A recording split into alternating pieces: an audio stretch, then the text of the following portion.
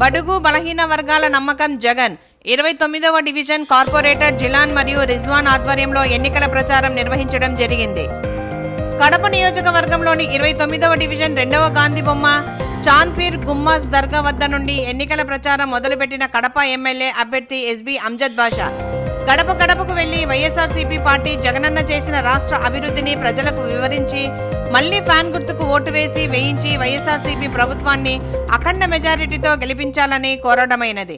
ఎన్నికల సమయంలో మనం వేసే ఓటు ఒక నమ్మకాన్ని, ధైర్యాన్ని ఇవ్వాలి, భరోసా కల్పించేలా ఉండాలి. అలాంటి భరోసా వైఎస్ జగన్మోహన్ రెడ్డి ప్రభుత్వంలోనే ప్రజలకు కలిగింది. వైఎస్ఆర్సీపీ ప్రభుత్వం అమలు చేసిన నవరత్న పథకాలతో ప్రతి ఇంటా వెలుగులు ప్రసరించారు. అమ్మఒడి, జగనన్న విద్యా కానుకలు, జగనన్న విద్యా దీవెన, వసతి దీవెన, జగనన్న గోరుముద్ద, నాడు నేడు వంటి పథకాలతో పేద కుటుంబాల చదువుకు భరోసా కలిగింది. వైఎస్ఆర్ రైతు భరోసా కింద రైతన్నలకు ఏటా పెట్టుబడి సాయం టంచన్గా అందుతుందని ఆయన అన్నారు.